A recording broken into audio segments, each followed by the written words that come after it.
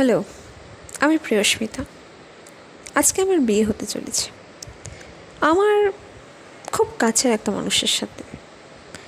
কীভাবে ওর সাথে পরিচয় হলো বা আমাদের বিয়েটাই কেন হচ্ছে বা কী হচ্ছে সেসব পরে বলব। আগে বলি যে হঠাৎ করে এরকমভাবে ইন্ট্রোডিউস দিচ্ছি কেন। আজকে নিজেকে অন্যরকমভাবে অনেকটা দেখব। আমার গায়ে হলুদ হয়ে গেছে কাল, আজকে বিয়ের কোণেতে সাজছি আমি। বড় মেকআপ আর্টিস্টদের ডাকা হয়েছে, কলকাতা থেকে আসছে আমায় সাজাতে। এই তো এক্ষুনি চলে আসবে। তা ওরা আসার আগে তোমাদের সাথে একটু গল্প করে নিই। আজকে আমার ব্যাচেলারের লাস্ট নাইট, কালকে রাত 12টার পর লগ্ন। তাই এই জন্যই বললাম আজকে রাত্রে আমার লাস্ট ব্যাচেলার নাইট। কাল থেকে আর আমি ব্যাচেলার থাকবো না, একজন বিবাহিত মহিলা হয়ে যাব। You mean married woman?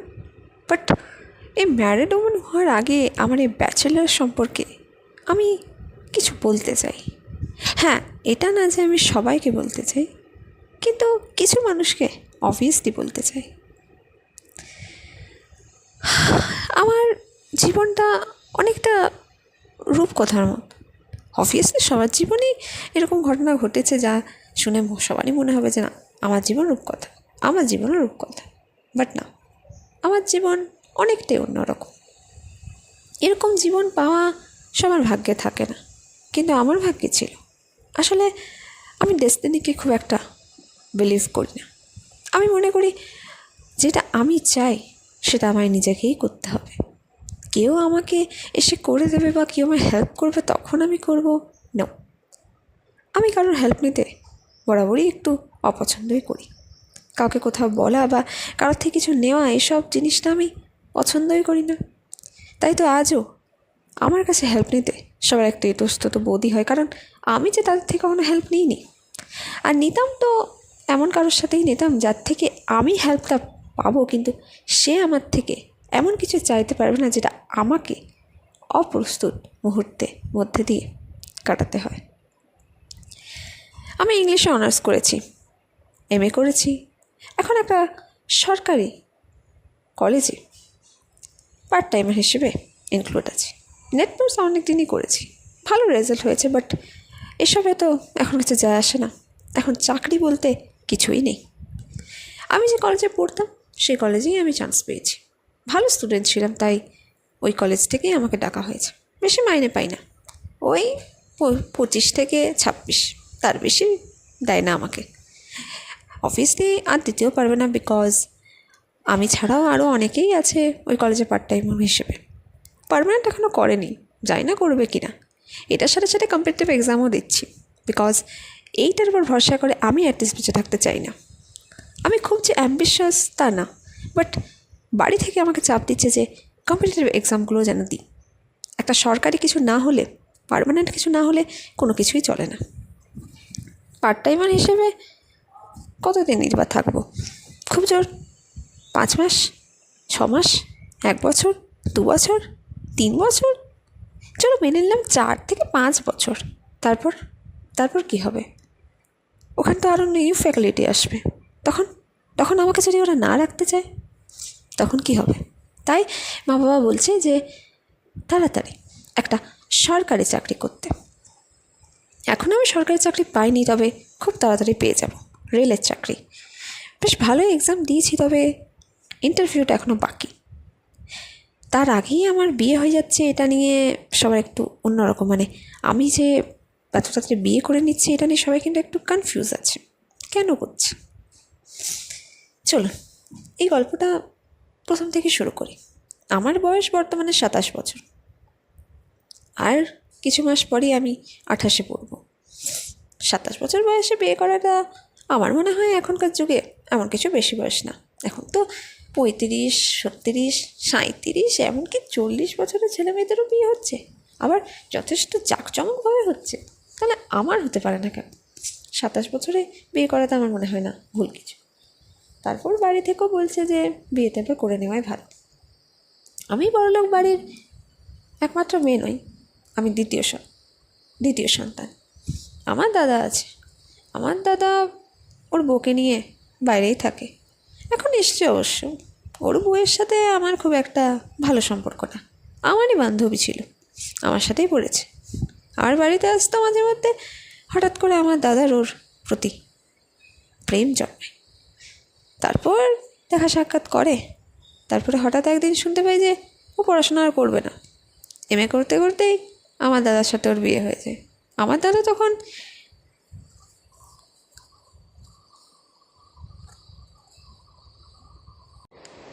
Engineering degree complete করে একটা ভালো পোস্টে চাকরি করছে। বেশ ভালোই মাইনে পায়, মোটামুটি 50 থেকে 60।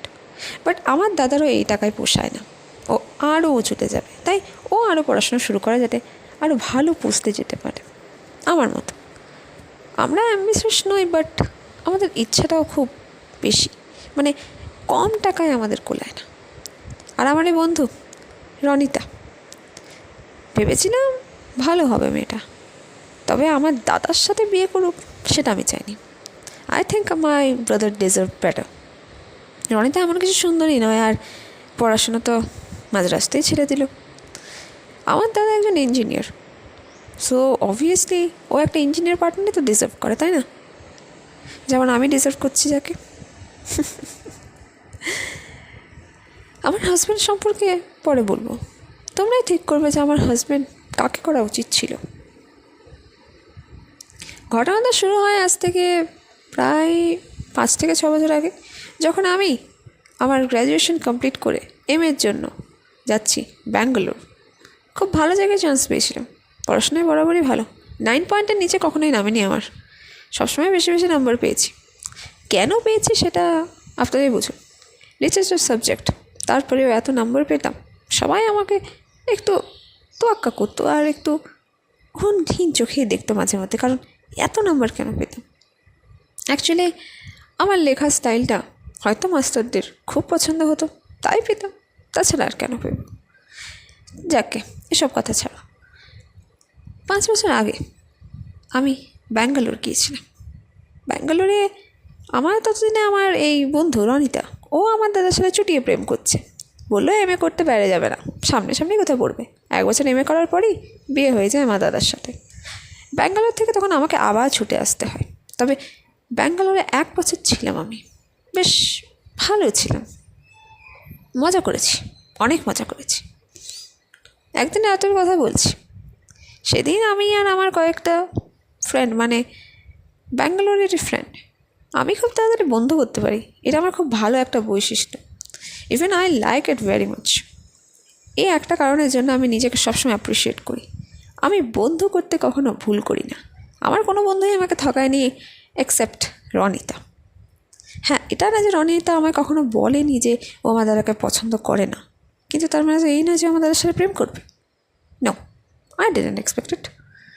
এনিওয়েজ, এরপর যেটা হলো, আমার এই বন্ধুটার সাথে আমি ব্যাঙ্গালোরে একটা বারে গিয়েছিলাম। হ্যাঁ, একটা কথা বলে রাখি, আমি একটা সম্ভ্রান্ত পরিবারের মেয়ে। আমার বাবা মা দুজনেই প্রফেসর। আমি ইংলিশে অনার্স করছি কারণ আমার মায়া ইংলিশের টিচার ছিল। তা মা বাবা দুজনেই প্রফেসর, তো আমারও প্রফেসর হওয়ার খুব ইচ্ছে ছিল। বাবা বারণ করেছিল যে ইংলিশে অনার্স করিস না, এর থেকে অন্য লাইনে যা। আমি সায়েন্স পড়েছি, বাট তাও আমি ইংলিশে এসেছি বিকজ অফ মাই মাদার। আমার মায়ের মতোই আমি পুরো হয়েছি, দেখতে থেকে শুরু করে পড়াশোনায়, জ্ঞানে, প্রত্যেকটা জিনিসে। আমি অঙ্কতে যে খারাপ তা বলবো না, আমি অঙ্কতেও যথেষ্ট ভালো। বাট আমার ইংলিশে অনার্স করার ইচ্ছে ছিল যে একটা পাশে ডিগ্রি আসুক, honours in English, that's it. তাই আমি ইংলিশে অনার্স করি, কিন্তু তার সাথে সাথে কম্পিটিটিভ এক্সামসগুলো দিই আর ক্লিয়ারও হয়ে যায়। এই তো পাবো চাকরি, ইন্টারভিউটা হলেই চাকরি আমার হাতে। হ্যাঁ, একটু দেরি হয়ে গেল চাকরি পেতে, বিকজ আমি অনেকগুলো ডিগ্রি কমপ্লিট করেছি। এমএ করেছি, বিএ করেছি, বিএডও করেছি, তার সাথে সাথে পিএইচডি, আর নেট কোয়ালিফাইড তো অবভিয়াসলি আই এম। তো মা বাবার বরাবরই খুব কাছের ছিলাম আমি। মা বাবার কোনো দিনই অভাব ছিল না আমাদের বাড়িতে, অবভিয়াসলি হবেই কেন, লাখ লাখ টাকা মাইনে পায় আমার মা বাবা। আমাদের আমাকে আর আমার দাদাকে কখনোই কোনো অভাবের মধ্যে পড়তে হয়নি। আমরা যথেষ্ট মজা আনন্দ করেই কাটিয়েছি আমাদের চাইল্ডহুডটা। তারপরে বাইরে পড়তে গেছি, সেটা আলাদা ব্যাপার। বাট এর পর গেছি, মানে করার সময় গেছি, তার আগে পর্যন্ত বাড়িতেই ছিলাম। মা বাবা প্রচণ্ড স্ট্রিক্ট, এসব জিনিস একদম পছন্দ করেনি। বাইরে যাওয়া, বন্ধুদের সাথে অতিরিক্ত খেলাধুলো করা বা মেশা, বা বাড়িতে কোনো ছেলে বন্ধু আনা, এসব বাবা মা কেউই পছন্দ করে না। হ্যাঁ, তারা শিক্ষিত, বাট এইসব জিনিসে তারা ইন্টারেস্টেড। আমিও যে খুব ইন্টারেস্টেড ছেলে বন্ধুদেরকে বাড়িতে এনে খাওয়ানো বা খেলা বা ওদের সাথে খুব বেশি মেশা, এটা আমারও খুব একটা পছন্দ না। বাট হ্যাঁ, আমি লাইফটা এনজয় করতে চাই। সেটা যদি আমার কোনো ছেলেকে দরকার হয় সে সময়, তাহলে আমি সেটা করতেও দ্বিধাবোধ করবো না। প্রথমেই বললাম যে আমি আমার স্বপ্নগুলোকে পূরণ করার জন্য মরিয়া হয়ে উঠেছি। আমি ভাগ্যকে বিশ্বাস করি না। আমি মনে করি যেটা আমি চাই সেটা আমি অবশ্যই নেব। সেটার জন্য আমাকে যা যা করতে হয় অবভিয়াসলি আমি করব। তো বাড়ি যাই, বাড়ি গিয়ে আমাদের মধ্যে একটা চুক্তি হয়, মানে ওই ফ্রেন্ডসদের মধ্যে যেটা হয় ব্যাট। আমার তখন বয়স ছিল 22 বছর। আমি এই রিসেন্ট ধরো 21-এ পা দিয়ে 22-এ উঠেছি। প্রথমবার বিয়ের আমি টেস্ট করি, তারপরে রেড ওয়াইন, আর তারপরে একে একে হার্ড ড্রিঙ্কসগুলো। সেদিন আমার নেশা খুব বেশি হয়ে গিয়েছিল। আমাকে আমার একটা বন্ধু বলেছিল, তাহলে পিয়ালি, কি মনে হয় আজ কি তাহলে একটা ছেলেকে দেখবি নাকি? কী বলছিস ভাই? আমার মা বাবা যদি জানতে পারে না, ব্যাঙ্গালোরে ছুটে এসে আমাকে নিয়ে চলে যাবে। আরে ভাই, মদ খেতে পারছিস, ছেলেদের সাথে একটু নাচতে পারবি না? সিরিয়াসলি, মদ খাওয়া ছেলেদের সাথে নাচা কি এক রে? আমার মনে হয় না। তোর মনে হয় না, বাট মদ খাওয়ার না আর ছেলে ছেলে নাচার মধ্যে খুব একটা তফাৎও কিন্তু নেই। আরে ভাই, আমি মদ খাচ্ছি, সেটা আমার নিজের ইচ্ছে। দেখ, বাড়িতে আমাকে এগুলো কখনো অ্যালাউ করতো না। এই যে সিগারেট খাচ্ছি, এগুলো এগুলো আমার ইচ্ছে ছিল, ইচ্ছে। আমি জাস্ট বুঝ। ঠিক আছে ঠিক আছে, তুই প্রথমবার খেয়েছিস, একটু শান্ত হ, শান্ত হ, এত এক্সাইটেড হোস না। কী বলছিস বল? শোন, ওই দেখ, একটা ছেলেকে দেখতে পাচ্ছিস? দেখে পিয়ালি। হ্যাঁ, দেখতে পাচ্ছি। কী করবো? যা, ওকে গিয়ে বল যে আমার সাথে নাচ করবে। সিরিয়াসলি, আমি কোনো ছেলেকে অ্যাপ্রোচ করবো? Not really. ছোটোবেলা থেকে একটু অহংকারীও ছিলাম। নিজে থেকে কোনো ছেলের সাথে সত্যিই কথা বলতাম না। হ্যাঁ, মেয়েদের সাথে বলতাম, তবে নিতান্ত দরকার হলে তবেই। এমনি এমনি আমি কোনো মেয়ের সাথেও কথা বলিনি। আমার অহংকার একটু ছিল, আর থাকবে নাই বা কেন? বড়লোক বাড়ির মেয়ে, পড়াশোনায় ভালো, দেখতে সুন্দর, আর কি চায় আমার জীবনে? আমার আর কিছুই চায় না। আমার মধ্যে প্রত্যেকটা গুণই আছে। So I don't care anyone. শোন, আমি আজ পর্যন্ত না মেয়েদের সাথেও যেতে কথা বলিনি। অ্যান্ড ইউ থিঙ্ক দ্যাট গায়? Not really. আরে ভাই, তোকে বলতে কি চাচ্ছে বলতো? শোন, আই এম ড্যাম শিওর ওই আমাকে অ্যাপ্রোচ করবে, তোকে অ্যাপ্রোচ করবে obviously. I am looking bad? No, you look just gorgeous. Then just wait and watch, ওই আমায় অ্যাপ্রোচ করবে।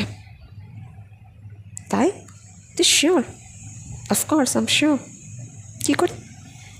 দেখ, ওই ছেলেটা আমাকে অ্যাপ্রোচ করবে কী করে সেটা আমার হাতে ছেড়ে দে, বাট অ্যাপ্রোচ আমাকে করবে সেটা তোরা দেখে নে।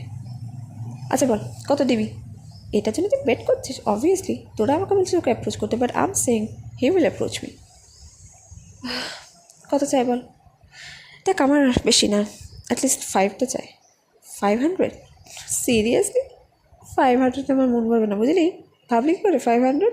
5000। তোরা সবাই আমাকে চ্যালেঞ্জ করছিস, প্রত্যেকে 1000 করে দিবি, তাহলেই তো হয়ে যায়। এই শোন ভাই, অত টাকা দিতে পারবো না। কেন পারবি না? তোরা তো টাকার অভাব নেই, তোরও তো টাকার অভাব নেই রে, তো তোরা আমাকে বেটটা দিচ্ছিস কেন?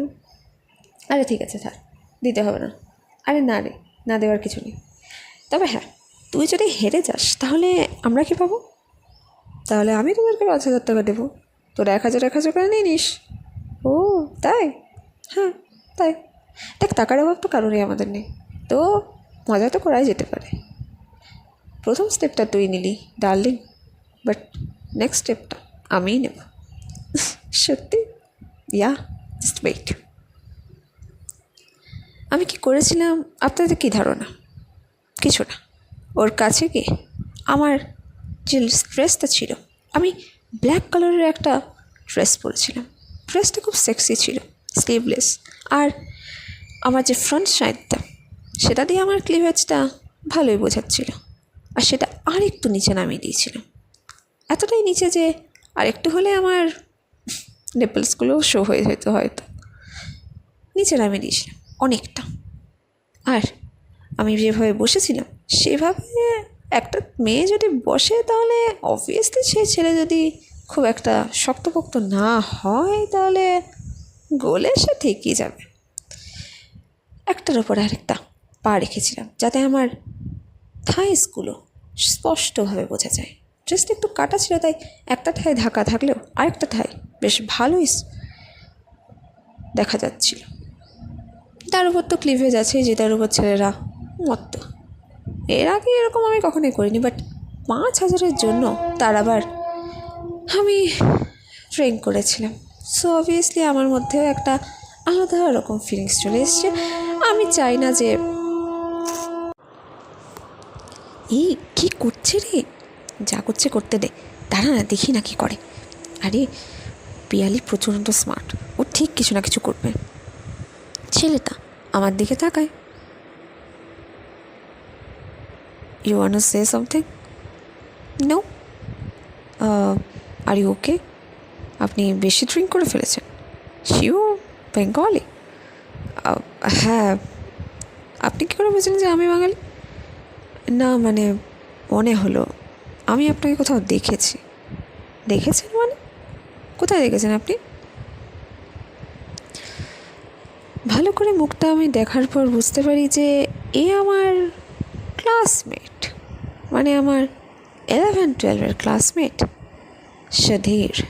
হ্যাঁ সুধীর, তুই? How are you? Absolutely fine, but whatever you, why you are here? তুই এখানে কবে এলি? এসেছি, অনেকদিন এসেছি। কী করছিস এখন? এই তো একটা কোম্পানিতে জব করছি। কোম্পানিতে এত তাড়াতাড়ি জব? তোর তো এখন 22 বছর মাত্র বয়স। হ্যাঁ, পার্ট টাইম হিসেবে করছি। ও, তার সাথে সাথে ইঞ্জিনিয়ারিং তো পড়ছি। আচ্ছা আচ্ছা, তা তুই এখানে? আমি এই তো ব্যাঙ্গালোর ইউনিভার্সিটিতে ইংলিশ অনার্সের পর MA করছি। ও আচ্ছা, তা বল কেমন আছিস? ভালো আছি রে, তুই কেমন আছিস? ভালো আছি। এখানে হঠাৎ? আরে ড্রিঙ্কটা একটু বেশি হয়ে গেছে, তারপরে লেবু জল খাইয়ে এখন একটু ঠিক আছে। ও, তুই এখন ঠিক আছিস? তোকে দেখে মনে হচ্ছিল তুই যেন এখনও পড়ে যাবি। Actually I take a challenge. Challenge? ওই যে আমার ফ্রেন্ডসরা। হাই কর। হাই। তোর ফ্রেন্ডস? হ্যাঁ, অ্যাকচুয়ালি ব্যাঙ্গালোরেই মিট হয়েছে ওদের সাথে। তো ওরা আমাকে বললো যে তোকে যদি আমি অ্যাপ্রোচ করতে পারি, মানে তুই যদি আমি অ্যাপ্রোচ করতে পারিস তাহলে ওরা আমাকে 5,000 টাকা দেবে। 5,000 টাকা? হ্যাঁ, আম সরি, আমি বুঝতে পারিনি যে এটা তুই। আর নো, ইটস ফাইন। একটু আধটু দুষ্টুমি আমরা সবাই করে থাকি। বাড়ি থেকে এতটা দূরে এসেছিস, ভয় লাগছে? অবভিয়াসলি নট, আমার এখানে অনেকেই চেনা জানা আছে। চেনা জানা আছে তারপরেও? আরে বাবা, চেনা জানা আছে বলতে তারা আমাকে এখানে অবধি খুঁজতে আসবে না, বুঝলি? চেনা জানা আছে মানে আমি যদি দরকার পড়ে আমি তাদের সাথে হেল্প নিতে পারি, এরকম। ও আচ্ছা, তা বল কেমন চলছে দিন? বয়ফ্রেন্ড হয়েছে? না ভাই, আমি সেটা করতে চাই না। দেখ, আমি যতই বলি আমি সিঙ্গেল, বাট অ্যাকচুয়ালি আমি সিঙ্গেলে থাকতে চাই। বয়ফ্রেন্ড করার শখ আমার কোনোদিনই ছিল না। হ্যাঁ, ঠিকই বলিস। তাই তো তোকে আমি প্রপোজ করার পরও তুই, উফ, ছাড় না ভাই। ক্লাস 9-এর কথা, এখন কত বছর হয়ে গেছে বলতো? প্রায় 8টা বছর পেরিয়ে গেছে। ও সরি, 8 বছরও বেশি। তুই কেন এরকম করছিস এখন? ছাড় না, বাদ দে না।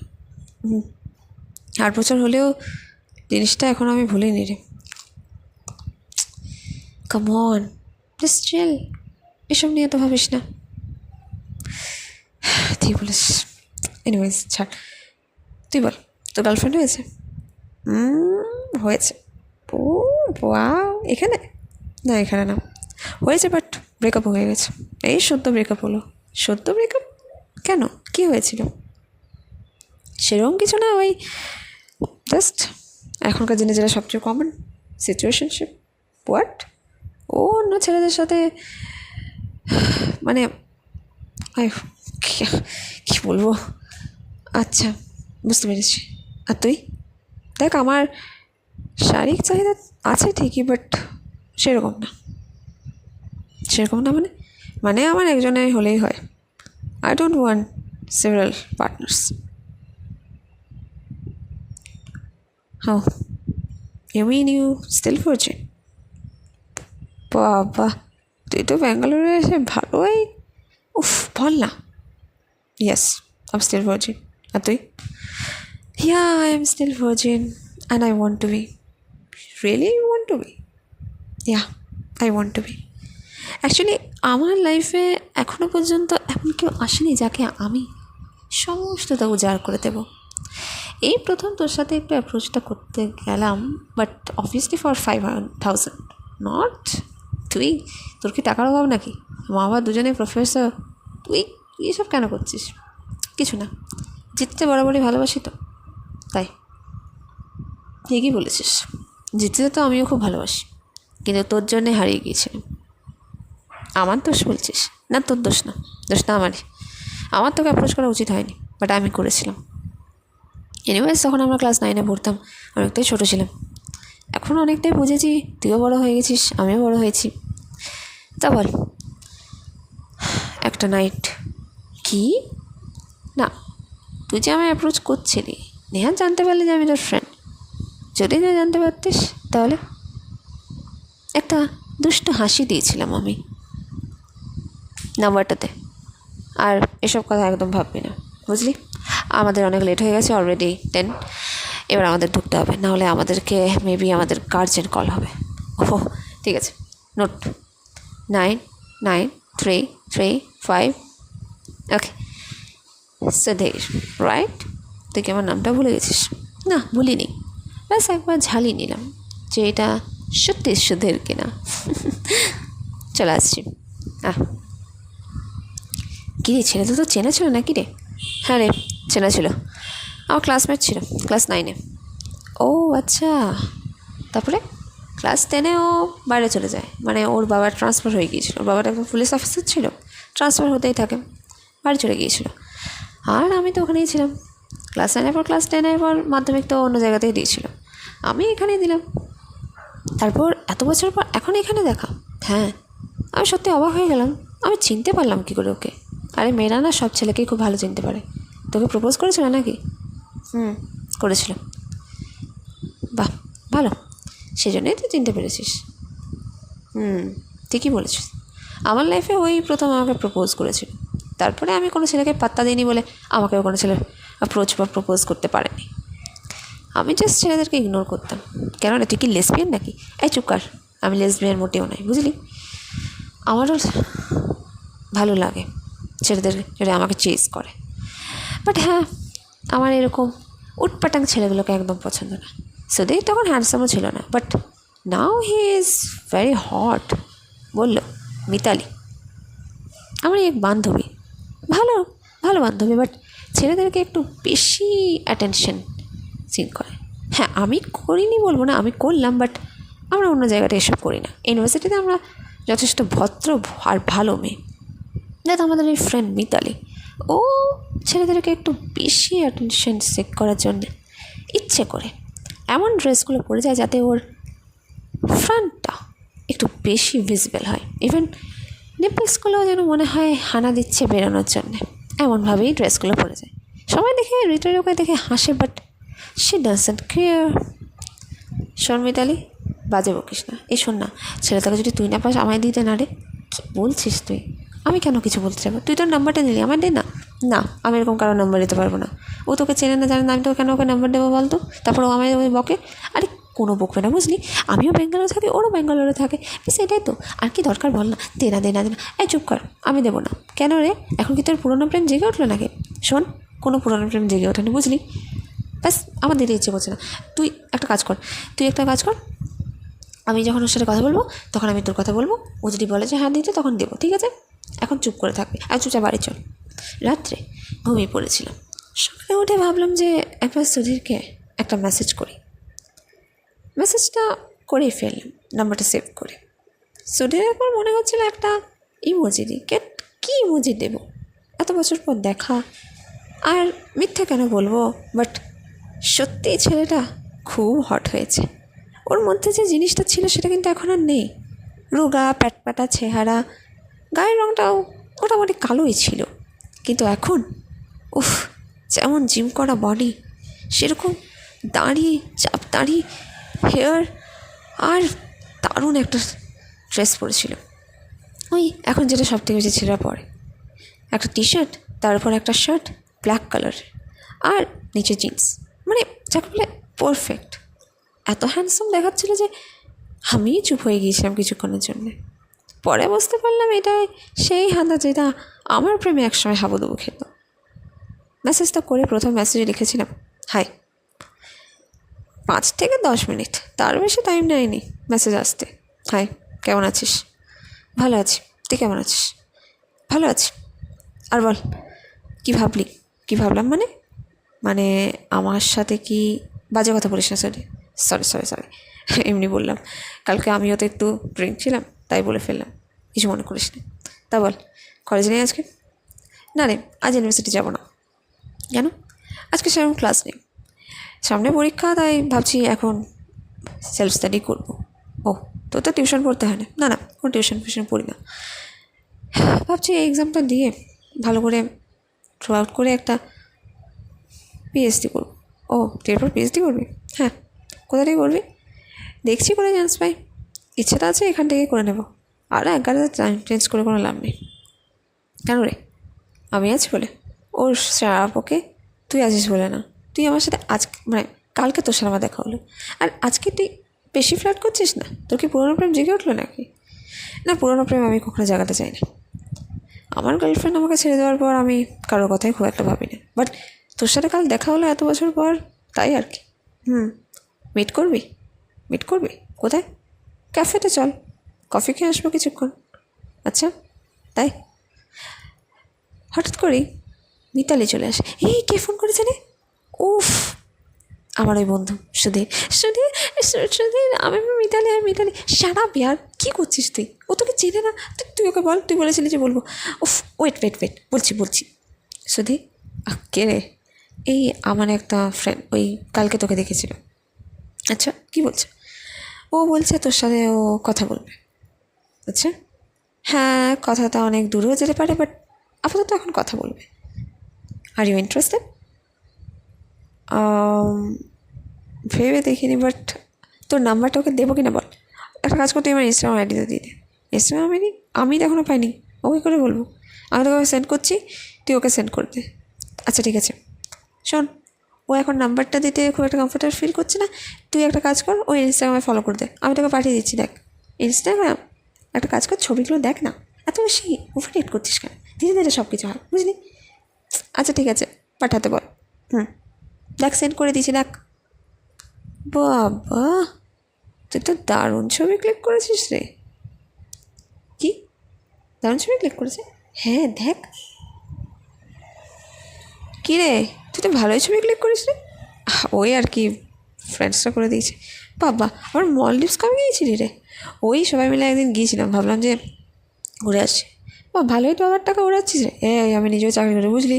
হ্যাঁ ঠিক আছে। ফার্স্ট চাকরি যখন পেয়েছিলাম তখন ভেবেছিলাম সবাই মিলে একটু যাবো, মানে ফার্স্ট স্যালারি যখন পাই তখন সবাই মিলে গিয়েছিলাম মলডিভসে।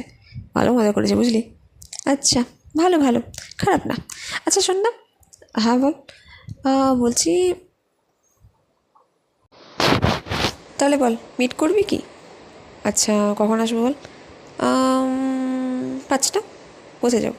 দ্য কফি শপে। Okay, bye bye. কিছু বলছিস? No, see you there. Okay, bye by.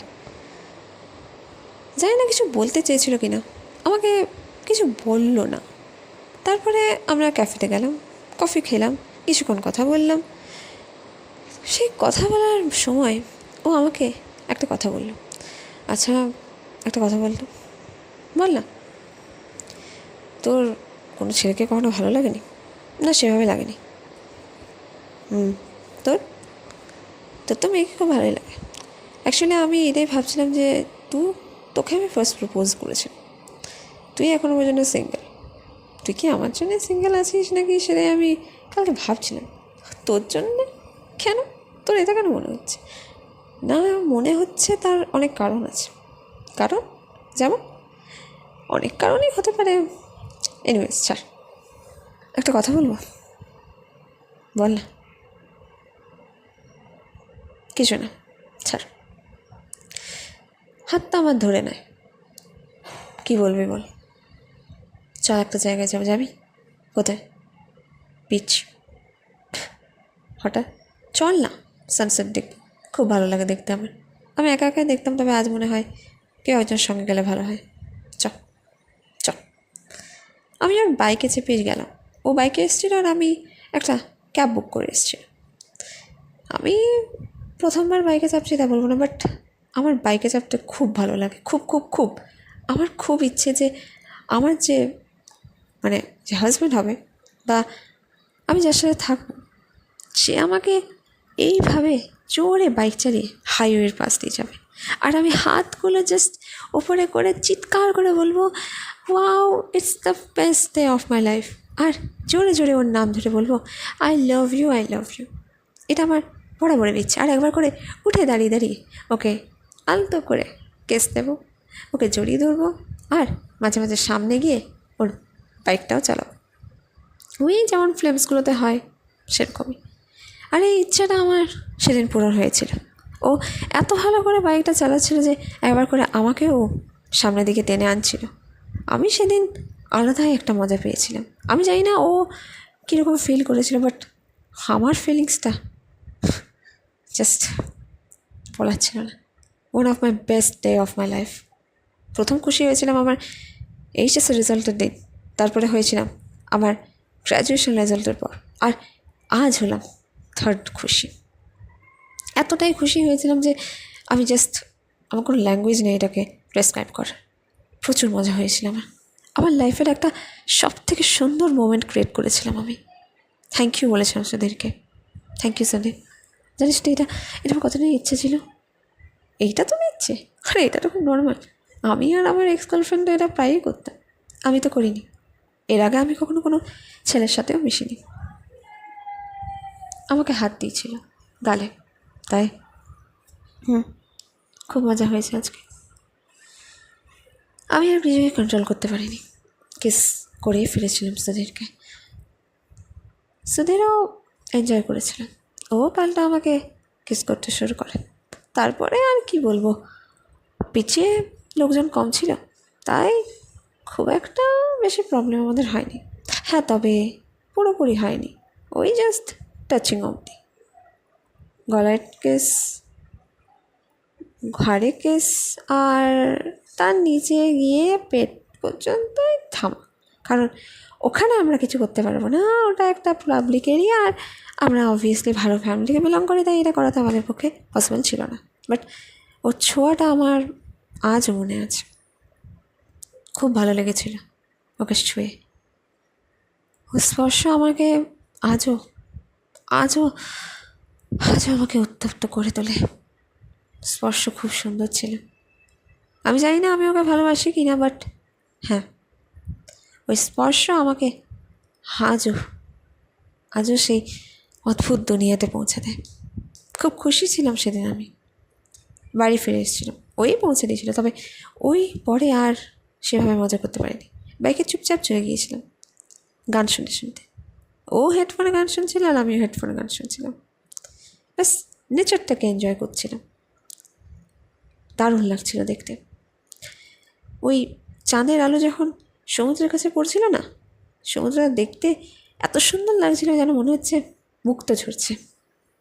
খুব সুন্দর লাগছিল দেখতে ওই নেচারের সিনটা। সত্যি বলে নেচারের মতো বিউটিফুল হয়তো কেউই হতে পারবে না, আমি নিজেও না, আর অন্য কেউ না। এভাবে বাড়ি পৌঁছে গেলাম। আমার ফ্রেন্ডসরা তো আমাকে ধরে ফেলেছে, কী করলি বল। বললাম কিছু হয়নি, ক্যাফেতে গেলাম আর বাইক রাইডটা শেয়ার করলাম, ব্যাস। তার বেশি কিছু শেয়ার করিনি, বিকজ আমি চাই না আমার পার্সোনাল লাইফে কেউ ইন্টারফেয়ার করুক আর এসব ব্যাপারে জানুক। আমি আর যে মানুষটার সাথে আছি সেই মানুষটা ছাড়া অন্য কেউ জানুক, সেটা আমার খুব একটা পছন্দ না। ওই শো অফ করা যে আমি এই করেছি, সেই করেছি, ওই করেছি, এসব আমার পছন্দ না। আমি যেটা করবো গোপনেই করবো। বিকজ গোপনে অনেক কিছুই সুন্দর, যেটাই প্রকাশ পেলে সেটা নজর লেগে যায়। এনিওয়েজ, এরপরে জানতে পারলাম যে সুধীরের চাকরিতে পার্মানেন্ট হয়ে যায় আর ওকে শিফট করে দেওয়া হয়। এতদিনে আমাদেরও MA কমপ্লিট হয়ে গেছে, ওরও হয়ে গেছে। ও নিজের ইঞ্জিনিয়ারিং কমপ্লিট করে, এটা ওর লাস্ট ইয়ার ছিল। এরপর ইঞ্জিনিয়ারিং কমপ্লিট করে ও বাইরে চলে যায়। একটু খারাপ লেগেছিল, বাট আমি বা ও কেউই কোনো বন্ধনে আবদ্ধ হতে চাইনি। ওর গার্লফ্রেন্ড ছেড়ে দেওয়ার পর ও কোনো মেয়ের সাথে আর সিরিয়াস রিলেশনশিপে যেতে চায়নি। আমি তো বরাবরই ভালো লাগে না ছেলেদের সাথে সিরিয়াস রিলেশনশিপ যেতে, বিকজ আমি নিজের লাইফে এখন ফোকাস করতে চাই, আমি কেরিয়ার করতে চাই। আর ও ঠিক সেরকম চলে যায় অনেক দূরে, আমিও চলে যাই আমার মতো। আবার ফিরে আসি আমার নিজের জেলে কলকাতাতে এসে সেরকম কিছু না, PhDটা কমপ্লিট করে নিই, আর বাইরে যাইনি। বাবাও বললো যে MA করেছিস আর PhDটা এখানেই করে নে। তারপরেই আমি আমার কলেজে নেট পাস করে নিজের কলেজে এখন পড়াতে আমার প্রায় 3 বছর হয়ে গেছে। 3 বছরের পর বাবা বললো যে এরপর চাকরির পরীক্ষাগুলো দিতে 1 বছরের মধ্যে আমার চাকরির পরীক্ষা ক্লিয়ার হয়ে যায়। ভালো র্যাঙ্ক করেছিলাম। তারপর চাকরির পরীক্ষা দেওয়ার সময় আমার ইন্টারভিউটা কাছে চলে আসে। এরপর বলি যে বিয়েটা কেন এখনই হচ্ছে, ইন্টারভিউটা এখনও দিইনি, তাহলে বিয়ের পর দেবো না, বিয়ের পর দেবো এটা ভেবে আমার একটু খারাপ লাগছে, বাট কিছু করার নেই। আমার কাছে বিয়েটা এখন করতেই হতো। কেন করছি এটা নিয়ে প্রত্যেকেরই একটা আলাদা রকম অনুভূতি। কেন করছি এখন বিয়ে? যাই হোক, এর মাঝে আমার লাইফে আর কোনো ছেলে আসেনি, আমি এখনও ভার্জিন। হ্যাঁ, একটা জিনিস দেখাই, আসুন। এই মেকআপ আর্টিস্ট চলে এসছে রে, এই দেখুন। আর গল্পটা বলাই হলো না, আপনার জন্য একটা টুইস্ট ওয়েট করছে। দাঁড়া, আগে সাজগোজটা করে নিই, বুঝলেন?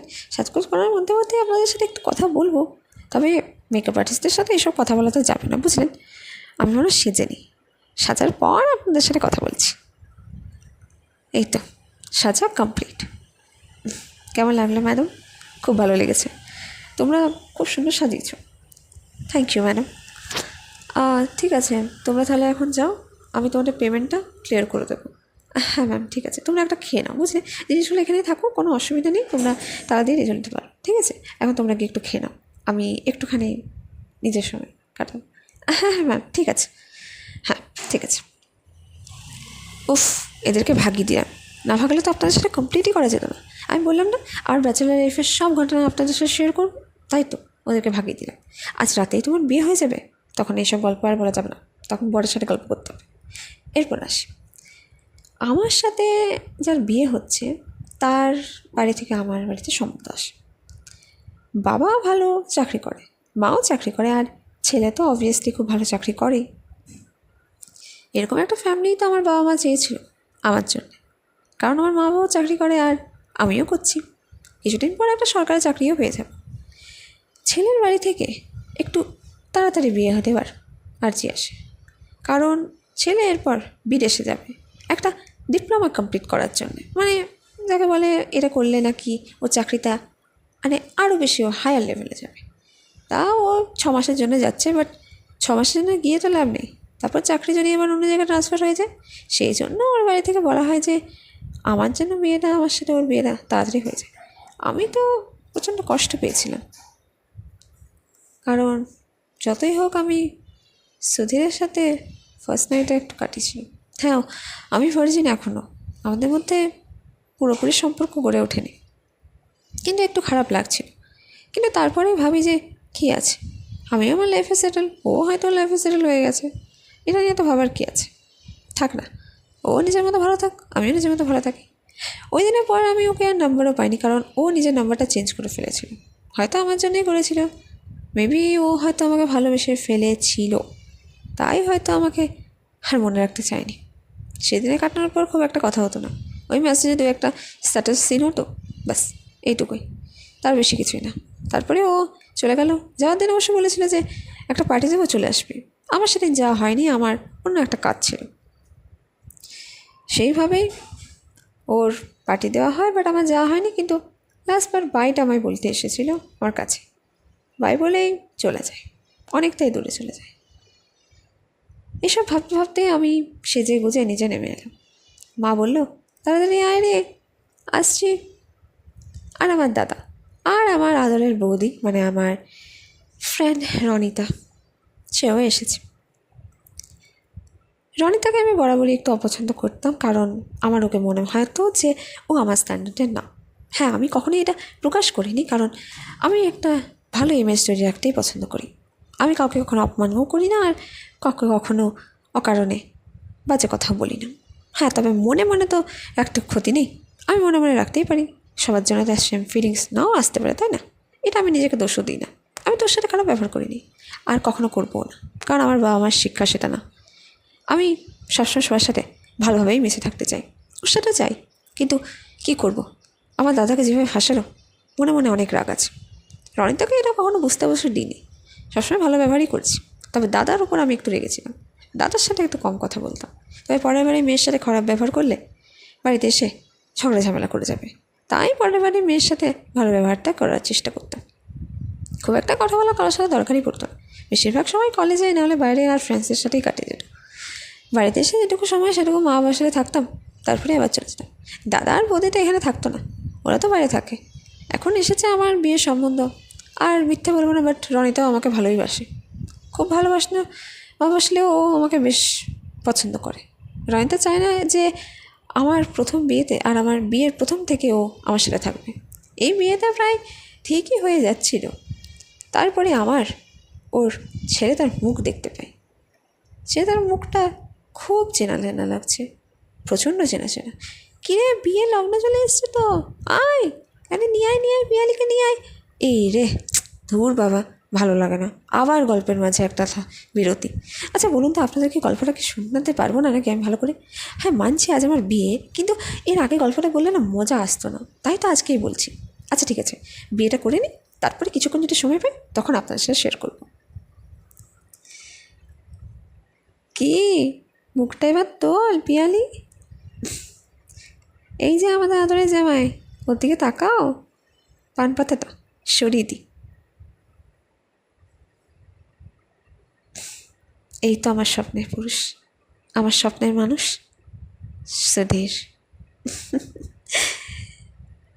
চলুন বিয়ে করতে করতেই বাকিটা শেয়ার করি। এটা শেয়ার করতে প্রবলেম নেই, এটা সবাই জানে।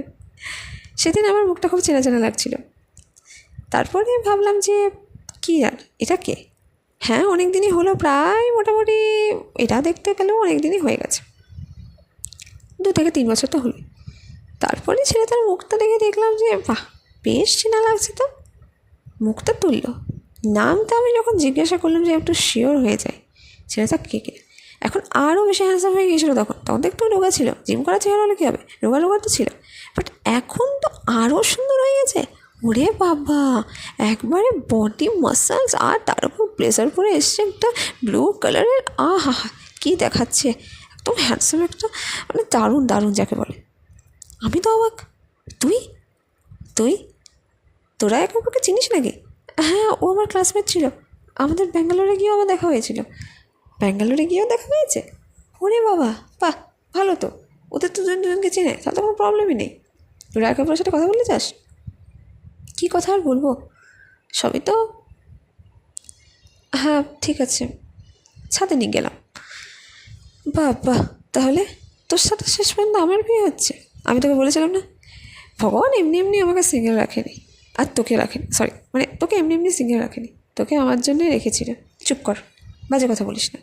সত্যি বাবা, ভাল লাগে না, যার সাথে প্রথম একটা স্পর্শ পেলাম সেই আমার বর, হ্যাঁ ভালো লাগে না।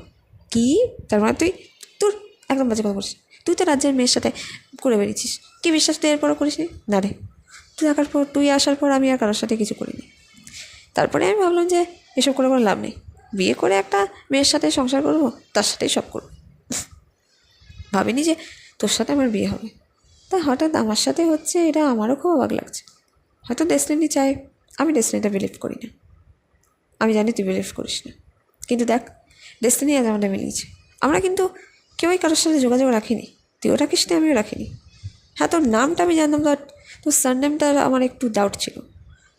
সেন না রয়? তারপর নামটা জানলেও দেখ, একই নামের তো অনেকেই হতে পারে। পিয়ালি রয়, পিয়ালি সেন, ডিফারেন্স তো থাকতেই পারে, তাই না?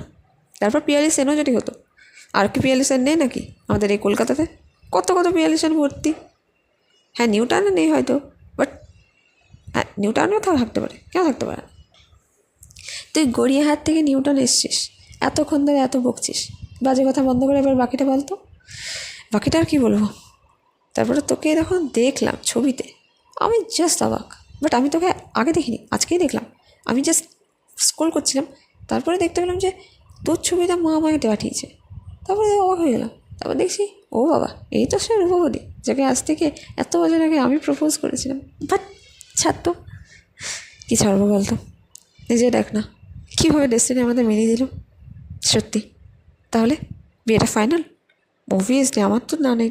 তুই কি কাউকে পছন্দ করিস? ধ্যার বাবা, কাউকে পছন্দ করি না। আমিও ঠিক করেছিলাম বাবা মায়ের পছন্দ করা কোনো ছেলেকে বিয়ে করব। বাট হ্যাঁ, বিয়ের আগে 3-4 মাস একটু ঘোরাঘুরি করব। ঘোরাঘুরি কীরকম? এই পার্কে যাব। আর কোথাও যাবি? বিচ? চুপ, আমাদের কলকাতায় বিচ কোথায় রে? হ্যাঁ, কোথাও যাবো না। এরপরে যা হবে বিয়ের পরে হবে, ওই ফুলসজ্জার রাজ্যে, বুঝলি? ব্যাস, এইভাবেই আমাদের বিয়ের তোড়জোড় শুরু হলো। আর আমরা আজ 7টার তলায়। সত্যি এইভাবে যে ডেস্টিনি আমাদের একসাথে মিলিয়ে দেবে, সেটা কিন্তু আমরা কেউ এক্সপেক্ট করিনি। এই তো আমার বর আমার পাশে আছে। ও গল্পটা জানে না, যেটা আমি আপনাদের বলছি। কিন্তু আজকে আমি সত্যিই খুব খুশি। ভালো লাগছে যে আমি কোনো ছেলেকে ঠকাইনি। যার সাথে প্রথম বেলায় আমার শরীরটাই উন্মুক্ত করেছিলাম, সেই আজ আমার হাজব্যান্ড হচ্ছে। কাউকে বলার দরকার পড়বে না যে আমি কারোর সাথে একটু করতে গিয়েছিলাম, বাট সেটা কেউ না, সেটা আমার হাজব্যান্ড।